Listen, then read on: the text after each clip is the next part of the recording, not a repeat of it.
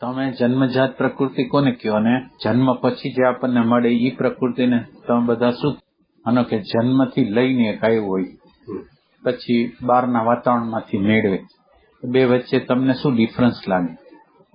બે વચ્ચે કઈ ડિફરન્સ લાગે? લઈને આવ્યો અને પછી બહારથી છે એને ડેટા મળી બધી પર્સનાલિટી, બે વચ્ચે શું ફરક છે?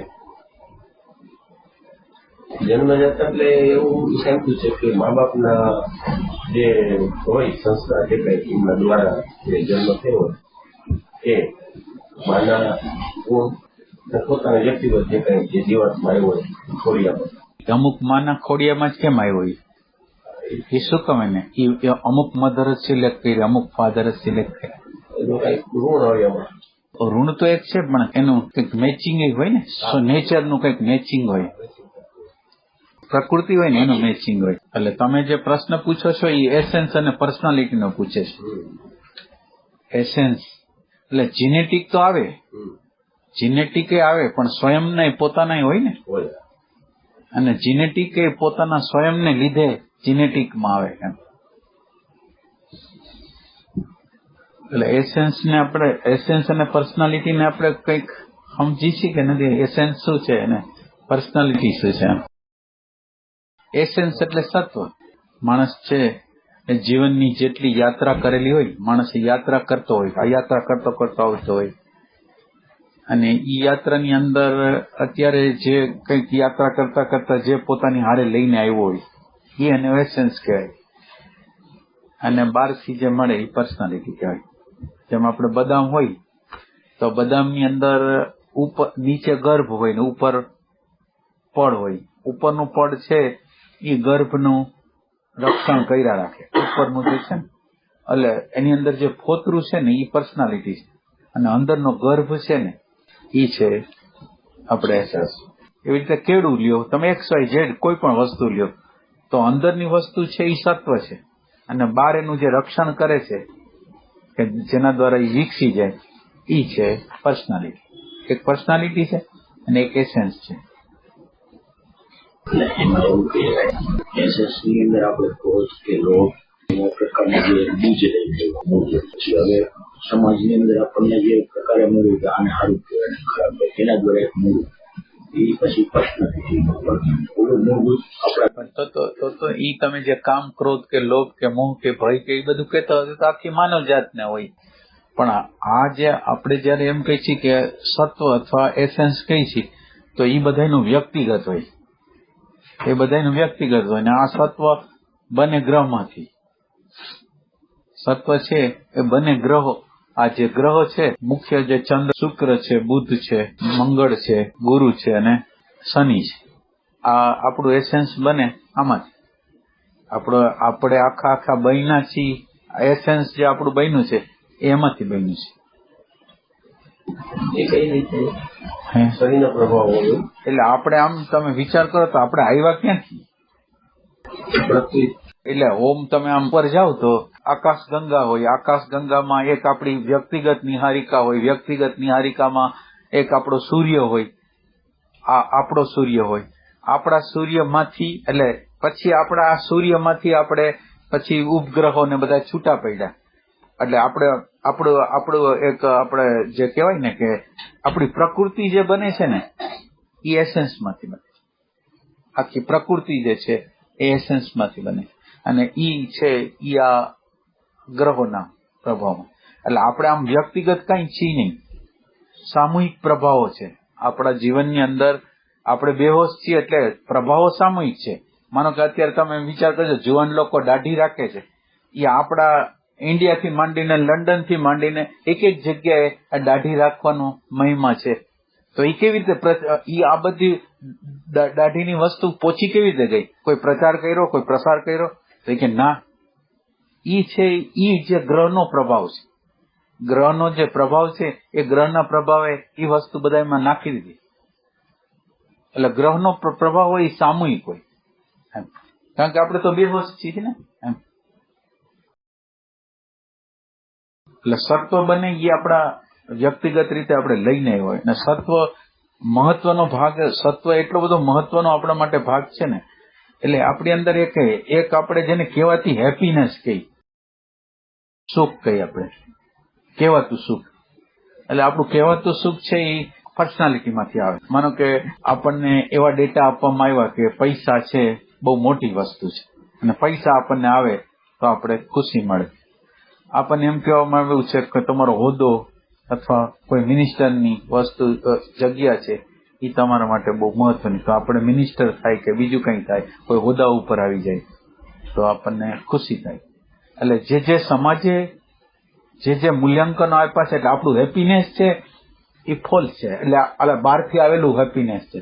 ત્યારે આપણે જે એસેન્સની વાત કરી છે એ સ્વયંની ખુશી છે. એટલે એસેન્સ અને પર્સનાલિટી વચ્ચેનો જે ડિફરન્સ છે એ એવો છે કે પર્સનાલિટીનું જે આપણને સુખ મળે છે ને, એ સુખ છે એ તો બીજા લોકોએ કીધેલું છે ને એના હિપ્નોટાઇઝ થયેલા છે. અને એસેન્સનું જે સુખ છે ને, એસેન્સની અંદર જે સુખપણું છે ને એ સ્વયં પોતાનું છે, પોતાનો જ રસ છે, એ બીજા કોઈનો રસ નથી, એ બહારથી આવેલો રસ નથી. એટલે માણસ જો એસેન્સ પ્રમાણે જીવે ને તો જીવનની અંદર સેટિસ્ફેક્શન મળે. એસેન્સ પ્રમાણે જો જીવન જીવે તો જીવન વિકાસના સ્તર ઉપર જાય, જીવન છે એ વિકસે એસેન્સ મુજબ જીવે તો. અને એસેન્સ પોઝિટિવ નેગેટિવ ન હોઈ શકે, બે છે. એસેન્સ છે લગભગ નેગેટિવ જ છે, એટલે છે પોઝિટિવ ને નેગેટિવ બે છે, પણ આપણા માટે માનવજાત માટે તો એ નેગેટિવ જ કામ કરે છે. માનવજાતને જેવું આ મનના સકંજામાં આવી જાય એટલે સીધું એ નેગેટિવ થઈ જાય. અને નેગેટિવ એટલા માટે થાય છે, પેલી વસ્તુ એ છે કે એસેન્સ છે ને એ એવું ઈચ્છે છે મને કોઈ રિજેક્ટ ન કરે. એસેન્સ ને શું છે, મને કોઈ રિજેક્ટ ન કરે, મને બધા એક્સેપ્ટ કરે. આ બે વસ્તુ એની અંદર છે. એક એને એટેન્શન આપે અને બીજું કોઈ એને રિજેક્ટ ન કરે. આ એસેન્સની અંદર પડેલી વસ્તુ છે. હવે આ પડેલી વસ્તુ છે એ શું કરે છે, એક નાનો બાળક હોય, એક નાનું બાળક છે, તો એનું નાનું બાળક છે અને એ જન્મ છે, સંગીતનો માહોલ છે એમાં જન્મ છે, અને ઈ એનું પોતાનું એસેન્સ લઈને આવ્યું છે, એ ચિત્રનું લઈને આવ્યું છે. હવે આ સંગીતનો માહોલ છે એટલે હવે ઈ એસેન્સ એમ ઈચ્છે છે કે મને એટેન્શન મળે. હવે બધાય સંગીત વાળા છે અને બધાય સંગીતનું એપ્રિસિએશન કરે છે, એટલે છોકરો લઈને આવ્યો છે એસેન્સ ચિત્રનું અને ગોઠવાઈ જાય છે એના કુટુંબના માહોલ પ્રમાણે. એનું એટેન્શન મળે ને રિજેક્શન ન થાય કે આ શું છે, આમાં તો કાંઈ નથી, આ જો આ સંગીત છે આ બધું. તો હવે એને એનું એસેન્સ ગુમાવવું પડે. હવે એસેન્સ ગુમાવે એના દ્વારા શું થશે, જીવનની અંદર માનો કે સંગીતની અંદર એક્સપર્ટ થઈ ગયું, સેટિસ્ફેક્શન નહીં થાય, સેટિસ્ફેક્શન થશે જ નહીં. એને એવું લાગશે કંઈક મિસ થઈ રહ્યું છે, કંઈક મિસ થઈ રહ્યું છે. એસેન્સ એવી વસ્તુ છે કે એસેન્સ પ્રમાણેનું તમારું જીવન ન હોય ને એટલે એક અવાજ આપણી અંદર રહે કે જેની અંદર આપણે અંદર આમ બહારથી બધું વ્યવસ્થિત લાગતું હોય પણ અંદરથી એમ થાય કંઈક મિસ થાય છે, કંઈક મિસ થાય છે, કંઈક મિસ થાય છે. તો આ જે મિસ થાય છે ને એ એસેન્સ પ્રમાણે. એસેન્સનો રસ છે એ કોઈ પર્સનાલિટીમાંથી નથી આવ્યો, એ સ્વયંની રુચિ છે.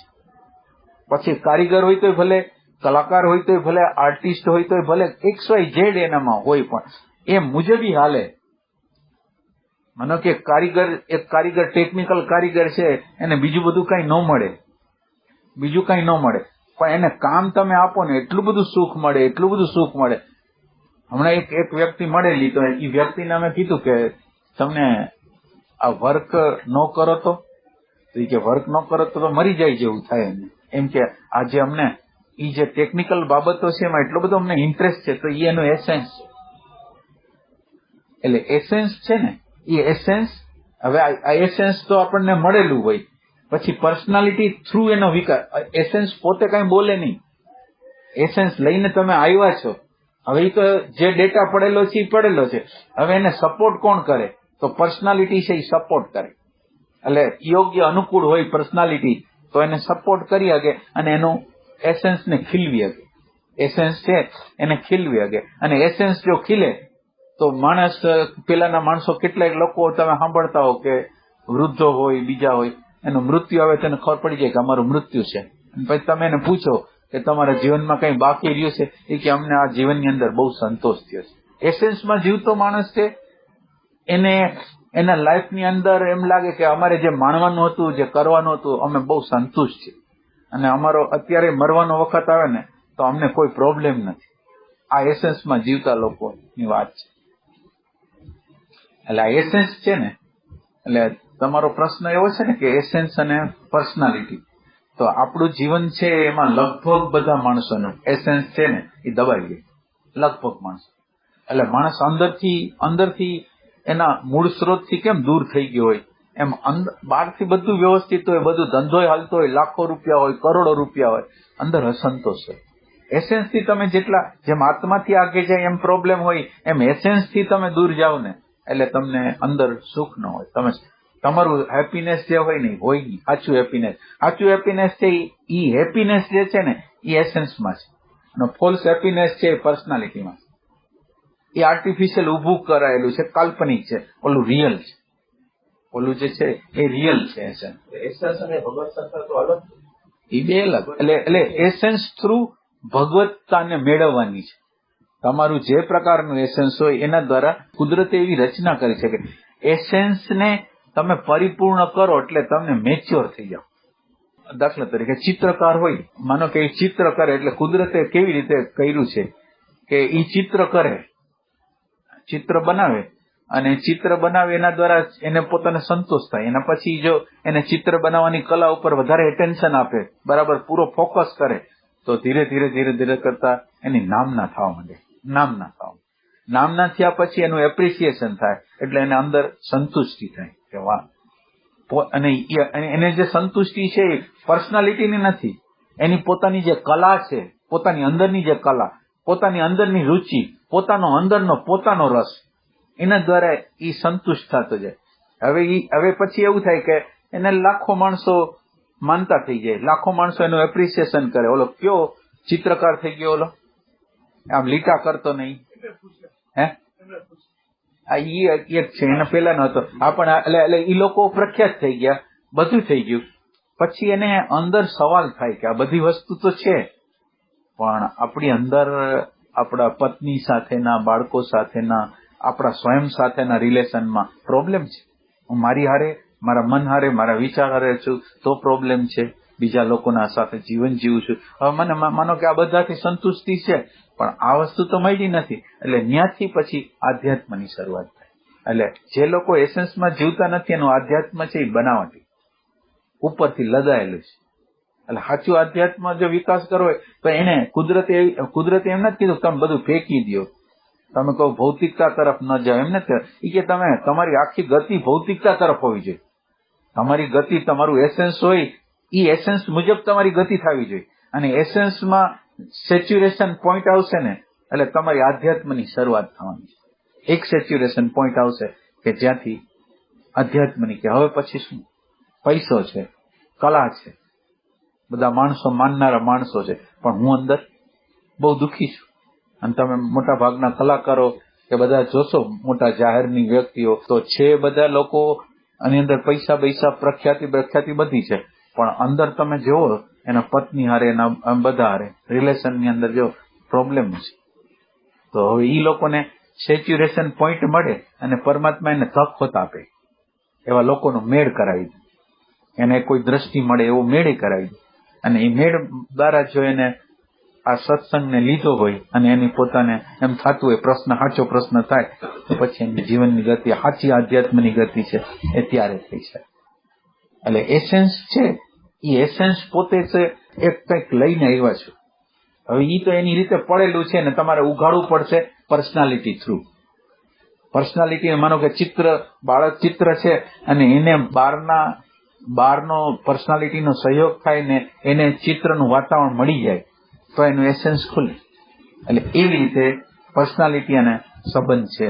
અને જેમ જેમ માણસ એસેન્સમાં જીવતો જાય એટલે એસેન્સમાં જીવવું બહુ અશક્ય વસ્તુ છે. એસેન્સમાં લગભગ લોકો જીવતા નથી, ફોલ્સ પર્સનાલિટીમાં જીવતા હોય. પોતાનું કંઈક બતાવવું હોય, પોતાનું કંઈક છે એવું પ્રસ્થાપિત કરવું હોય, એને લીધે એસેન્સને એને ગુમાવ્યું. આમાં કોઈ સવાલ છે? એસેન્સ મારું શું છે કે દરેક વ્યક્તિ મને નક્કી કેવી રીતે? એટલે બહુ અઘરું છે.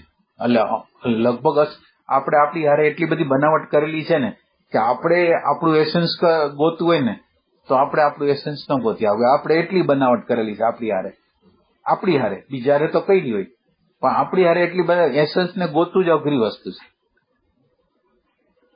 ગુરજીની એક પદ્ધતિ હતી કે એ લોકોને દારૂ પાઈને એનો એસન્સ કાઢતા. અને એક બીજી વસ્તુ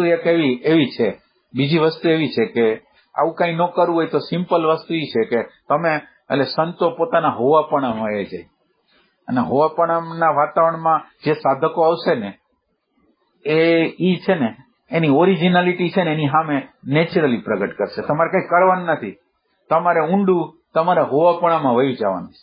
અને હોવાપણામાં વહી જશો એટલે વ્યક્તિ તમારી હારે એવો વ્યવહાર એની અંદર પડેલી વસ્તુ હશે ને એના દ્વારા અમુક સમય એના દ્વારા વ્યવહાર એવો થઈ જશે ને જે અંદર પડેલું છે એવો વ્યવહાર થઈ જાય અને એને પરખી જાય સંત કે વસ્તુ આ છે.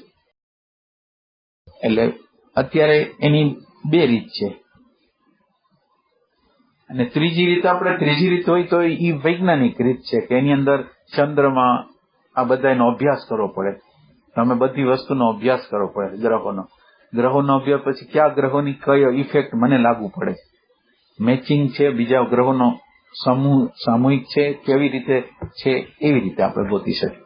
પણ બહુ અઘરું હોય છે. એટલે એમ કે ઓશોએ જે પ્રયોગો કર્યા ઘણા બધા સક્રિય ધ્યાન એવું ઘણું બધું, તો મોટે એસન્સને પ્રગટ કરવા માટે ના, એ એસન્સને પ્રગટ કરવા માટે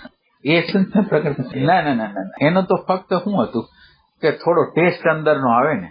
માનો કે તમે કોઈ પણ પ્રકારનું સક્રિય ધ્યાન કરો એના દ્વારા કંઈક અંદરનો ટેસ્ટ આવે ને એ ટેસ્ટ તમને જો ખેંચી જાય, એનો જે હેતુ હતો એવો હતો કે ટેસ્ટ આવવો જોઈએ. તમે કોઈ પણ XYZ તમે ધ્યાનની પદ્ધતિ કરો અને તમને અંદર એક જે શાંત અવસ્થા, નિર્વિચાર અવસ્થા, આનંદમય અવસ્થા તમને પ્રગટ થાય અને જો એનું તમને આકર્ષણ થઈ જાય તો તમે આની અંદર, કારણ કે તમે એક વસ્તુ જોઈ કે અંદરનું સુખ કોઈ જોયું હોય, અંદરની કંઈક પ્રજ્ઞાની વસ્તુની પ્રતીતિ કોઈકને ઝલકે મળી હોય તો એને ખેંચાણ પછી એમ રહે કે આ વસ્તુ મારે જોઈ છે. એ રેફરન્સથી એના ધ્યાન છે એવા ટાઈપના છે. પણ એ ધ્યાન કેવા હોય, આ ધ્યાન બધા લોકો શું થાય એના જીવનભર આ કરે. આ જીવનભર આ બધા પ્રયોગો કરવાના હોય.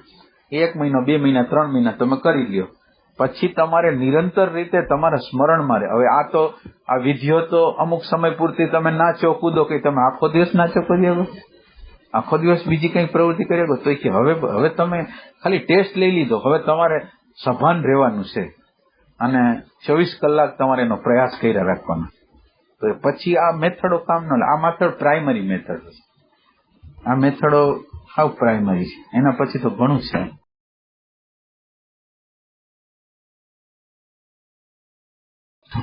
કચરો બહાર કાઢવાનું હોય છે ને ઓશોએ જે બધી પદ્ધતિ બતાવી, રડે કોઈ ચીજે કોઈ શું, પણ આમ કચરો બહાર ન નીકળે, એ તો લાગે ખાલી. કચરો બહાર કાઢવા માટે એટલે આ બધા લોકો એમ માનતા હોય કે કચરો બહાર નીકળવા માટે માનો કે તમે એ કંઈક જીબ્રીશ ધ્યાન કરાવતા, ગમે તે બોલવાનું, ગમે તે ચાલવાનું, એટલે આપણી અંદર આમ શિસ્ત વગરની સ્થિતિ તો છે જ. હવે એ આપણને મોકો આપે, પણ એની અંદર આપણી અવેરનેસ કેટલી છે. બહાર ક્યારે નીકળવું કહેવાય કે તમે જયારે નીકળતું હોય ત્યારે તમે એને જોતા હો. એવું તો કઈ થવાનું નથી. બધા આનંદ આમ થાય કે મજા આવે છે આ સામાન્ય જીવન કરતા. માનો કે આ બધું કરતા હોય તો એને જે દબાયેલી વસ્તુ છે એ આમ પ્રેમથી કરી શકતા હોય તો એને સારું લાગતું હોય. અંદર કેટલું સપ્રેશન હોય, એ બહાર નીકળતું હોય તો સારું લાગે, પણ એ સારું લાગે એ નેગેટિવ સુખ છે, પોઝિટિવ સુખ નથી.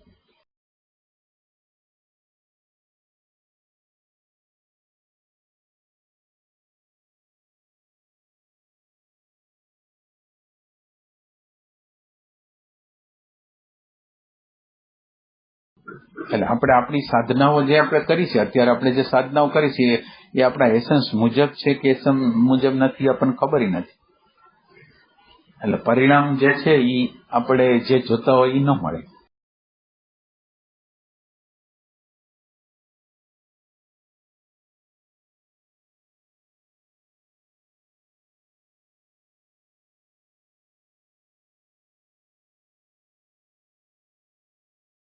આ એસેન્સમાં ને એમાં કઈ સવાલ હોય તો કયો, એસેન્સ પર્સનાલિટીમાં આ બધી આધ્યાત્મની બધી યાત્રાઓ છે એ પર્સનાલિટી એટલે બહારની ડેટા. પર્સનાલિટીનો અર્થ શું થાય?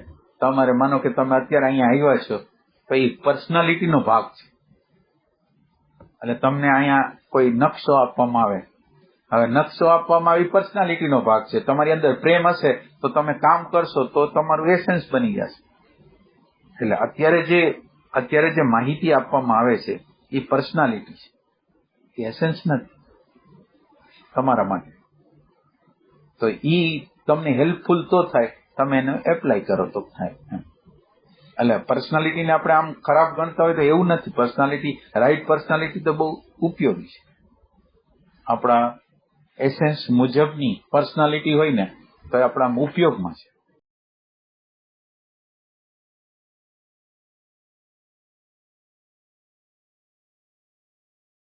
તો એક સમયથી એસસ જોઈ લીધું, બેલેન્સથી કે જે કોઈ દુનિયા મળ્યા. અચ્છા, તો એને ખ્યાલ આવી ગયો. હા, એને ખ્યાલ આવી. એ લોકો એનો ઊંડાણથી અભ્યાસ કરેલો. એ બધા લોકો એના ઓરા જોયા હતા ને બધું જન્મો જોયા. એવું નહીં, ઓરા જોયા, જન્મો જોયા અને પછી એને સિલેક્ટ કર્યા હતા. એ છે ને લીડ બીટર કરીને હતા. લીડ બીટર એમાં હું આપણે તો ભેદી કરી નથી શકતા કે એસેન્સ શું ને પર્સનાલિટી. તમે અત્યારે સાંભળવું હોય, બાકી તમે અંદર આપણને એટલી ખબર ન હોય કે એસેન્સ નો વિભાગ છે. એસેન્સ નો વિભાગ આપણને સાચી ખુશી આપી શકે, સાચી ખુશી, સાચું સેચ્યુરેશન પોઈન્ટ, સાચી આધ્યાત્મિકતા જો એના ટ્રેક ઉપર આવેલા હોય. આપણને તો કોઈ પ્રશ્ન એમ નથી કે આપણે એસેન્સમાં છીએ કે નથી. આપણી જે જીવનની યાત્રા છે એમાં જે એસેન્સ એટલે શું થાય? અર્ક થાય. આમ અર્ક થાય. ગુલાબનો અર્ક કાઢીને ઓલું બને છે ને, આ નિચોડ. એટલે એસેન્સ છે એ નિચોડ છે, સ્વયંના રસનો નિચોડ છે. અનકોન્શિયસ જે પ્રેઝન્સ હોય એના દ્વારા જે બની જાય ને એ એસેન્સ છે. મને એક વસ્તુમાં માનો કે સંગીતમાં રુચિ થઈ ગઈ, ચિત્રમાં રુચિ થઈ ગઈ, ડાન્સમાં રુચિ થઈ ગઈ, ગમે તે XYZ માં થઈ ગઈ. તો આ જે રુચિ થવાની પ્રક્રિયા અનકોન્શિયસલી જે છે ને એ મારા એસેન્સનું નિર્માણ કરશે. એટલે એની અંદર પ્રેઝન્ટ મોમેન્ટ આપોઆપ આવી જાય. જેનું એસેન્સ આ પ્રકારનું છે, જે પ્રકારનું હોય એનો અર્થ એમ છે એ એમાં જીવેલો છે. વર્તમાન ક્ષણની અંદર એસેન્સ બનવાની પ્રક્રિયા તો આવી રીતે જ બને. અર્થ પ્રેઝન્ટ મોમેન્ટનો અર્થ છે. પ્રકૃતિમાં જે પ્રેઝન્ટ મોમેન્ટથી જીવો એના દ્વારા એની અંદર જે કાબેલિયત, કઈ ક્ષમતા આવી એ છે.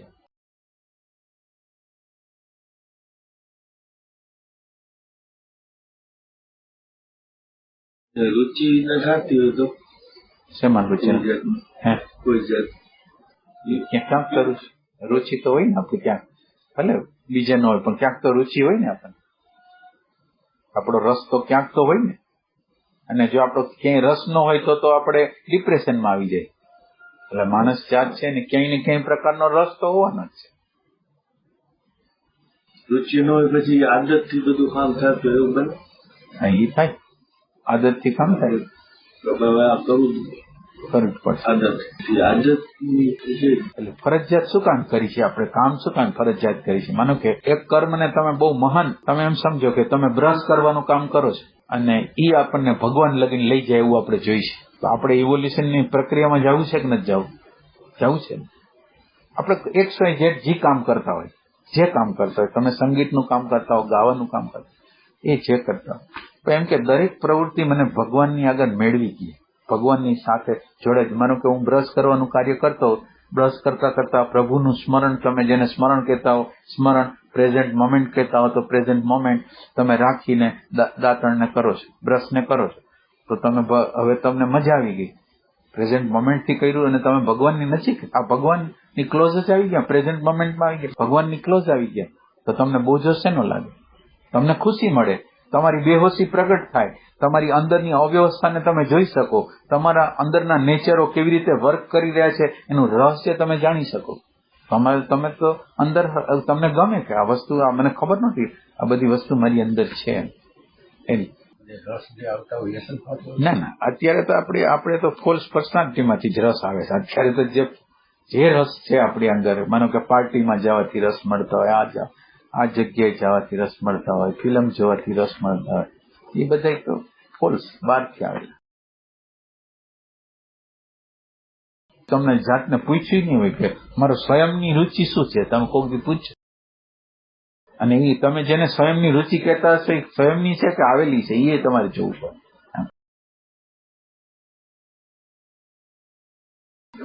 રસ આવે ત્યારે આપણે સ્લો થઈ જાય. રસ આવે ત્યારે સ્લો.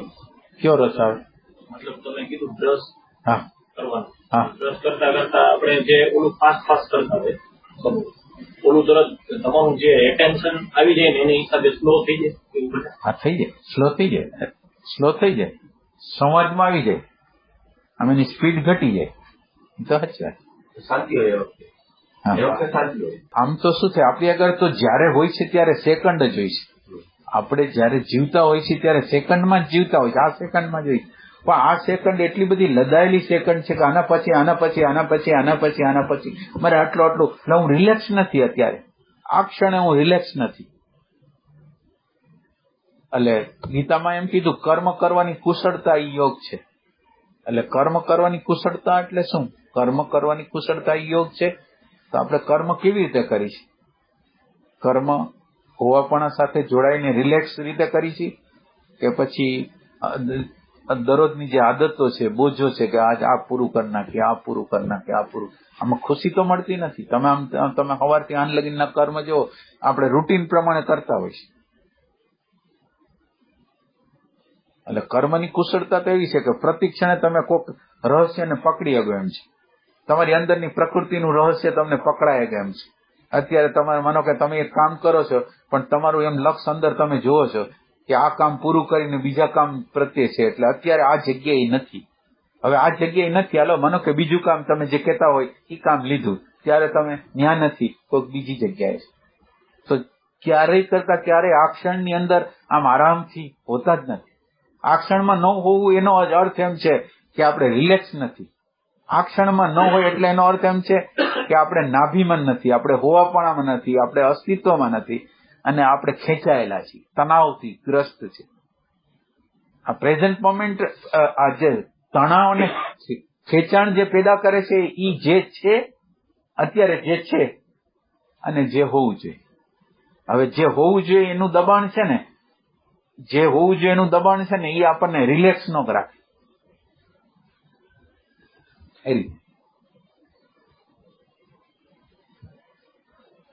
એટલે આ ક્ષણે હું આમ ખુશીથી કામ કરું છું. આ ક્ષણે હું મારી અંદરની અરાજકતાને દૂર અરાજકતા મને દેખાય છે કે અત્યારે હું આ કર્મ કરું છું પણ આ ક્ષણની અંદર તો નથી, પણ પાછું ચિંતામાં છું, ટેન્શનમાં છું, થોડુંક આમ અંદર પ્રેશર પડી ગયું છે. એવું બધું તમે અંદર અવલોકન કરી શકો તો આ કર્મ કરવાની કુશળતા છે. આ તમને આખી અંદરની અવ્યવસ્થા જણાણી અને ધીરે ધીરે અંદરની અવ્યવસ્થા પછી દૂર થવા માંડી. તમે જેટલા ક્ષણમાં આવતા જાઓ, તમે એમ સમજો કે તમે અત્યારના આ ક્ષણમાં જીવનના અભ્યાસો કરો છો અને તમે એક વસ્તુ ટુવાલ હતો ને ટુવાલનો ઘા થઈ ગયો, આમ ચંપલ છે એ કાઢીને આમ કરી નાખ્યા તમે. હવે જેવા કર્યા ને તમે પ્રેઝન્ટ મોમેન્ટમાં છો, તમને સારું નહીં લાગે કે આ બરાબર નથી કર્યું, આ બરાબર નથી કર્યું, હાલો આને લઈ લે, આમ ગોઠવી લે. તો એ પ્રેઝન્ટ મોમેન્ટ તમને કહેશે કે તમે શું કરવું જોઈએ. તમને એમ લાગશે કે આ બરાબર નથી, પણ તમે કરી શકો ન કરી શકો એક વસ્તુ, પણ તમને પ્રેઝન્ટ મોમેન્ટ બોલશે કે આ બરાબર નથી, તમે ઠીક કરવાની. અને ચંપલને બરાબર વ્યવસ્થિત રીતે મૂકો, ટુવાલને બરાબર રીતે મૂકો. પછી આપણા પોતાના કર્મ આપણે પોતે કરી, એ બીજા ઉપર ના. પથારીમાંથી ઉઠ્યા છીએ તો બધી વસ્તુ આપણે વ્યવસ્થિત કરી કે જે બીજા ઉપર ન કરી. એ સેન્સિટિવિટી છે. તો આ પ્રેઝન્ટ મોમેન્ટ તમને સેન્સિટિવિટી બતાવે કે ભાઈ આપણે કોઈને ઉઠ્યા છીએ ને ઉપાડશે બીજું કોઈ, એ બરાબર ને. આપણે આપણું તો વ્યવસ્થિત કર્યું. તો આ પ્રેઝન્ટ મોમેન્ટ આપણને આપણી અંદરની અવ્યવસ્થા, અરાજકતા, પ્રેમ વિહોણી સ્થિતિ બતાવતું જશે અને દૂર કરતું જશે.